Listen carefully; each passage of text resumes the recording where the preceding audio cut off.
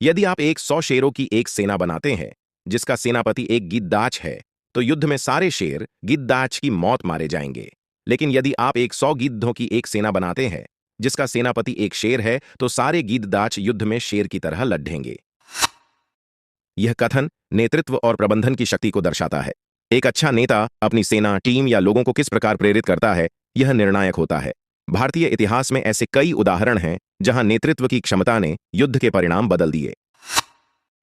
1. पृथ्वीराज चौहान और जयचंद। उदाहरण: पृथ्वीराज चौहान एक साहसी और बहादुर राजा थे, लेकिन राजा जयचंद का नेतृत्व कमजोर था। जयचंद के सैनिकों में युद्ध का जज्बा और देशभक्ति की भावना नहीं थी, क्योंकि उनका नेता ही शक्तिशाली नहीं था।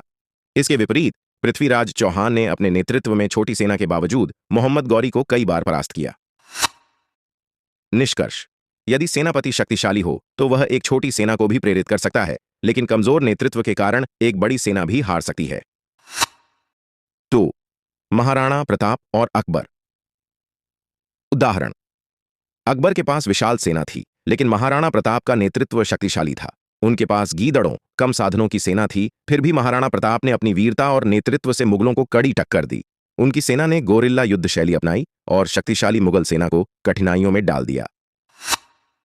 निष्कर्ष: यहां महाराणा प्रताप की नेतृत्व क्षमता ने उनकी छोटी और कमजोर सेना को भी शेरों की तरह लड़ने के लिए प्रेरित किया।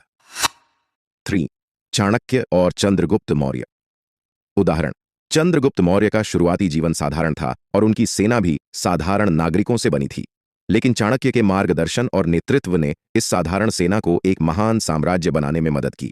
चाणक्य का ज्ञान और रणनीतियां इतनी प्रभावी थीं कि उन्होंने नंद वंश को पराजित कर मौर्य साम्राज्य की स्थापना की। निष्कर्ष: एक अच्छा सेनापति, नेता, एक साधारण व्यक्ति को भी असाधारण योद्धा बना सकता है। चोर, शिवाजी महाराज और आदिल शाही। उदाहरण: शिवाजी महाराज के पास आदिल शाही और मुगल सेना के मुकाबले बेहद कम संसाधन थे, लेकिन शिवाजी महाराज के नेतृत्व और रणनीति ने उनकी सेना को शक्तिशाली बना दिया। उन्होंने किलों का निर्माण किया और छापामार युद्ध तकनीक का इस्तेमाल करके दुश्मनों को पराजित किया।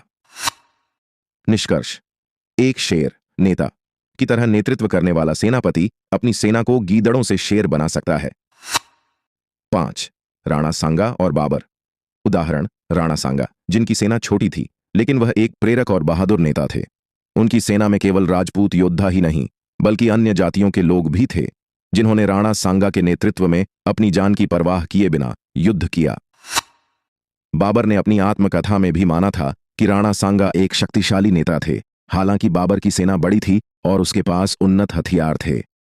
निष्कर्ष: राणा सांगा जैसे नेताओं ने अपनी सेना को प्रेरित किया और छोटे संसाधनों के बावजूद भी शक्तिशाली दुश्मनों का सामना किया। यह कथन ऐतिहासिक दृष्टि से सत्य सिद्ध होता है। एक कमजोर सेनापति सबसे शक्तिशाली सैनिकों को भी हार का स्वाद चखा सकता है, जबकि एक साहसी और कुशल नेता अपनी साधारण सेना को भी युद्ध में विजयी बना सकता है। भारतीय इतिहास में कई ऐसे उदाहरण हैं जहां नेतृत्व ने हार और जीत का फैसला किया।